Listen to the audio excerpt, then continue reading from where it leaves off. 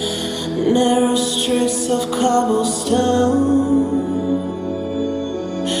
neath the halo of a street lamp, I turned my collar to the cold and damp.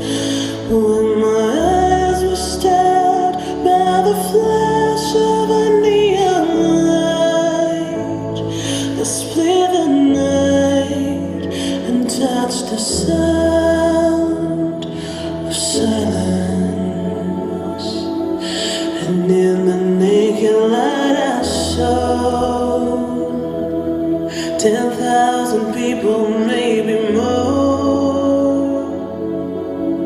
People talking without speaking. People hearing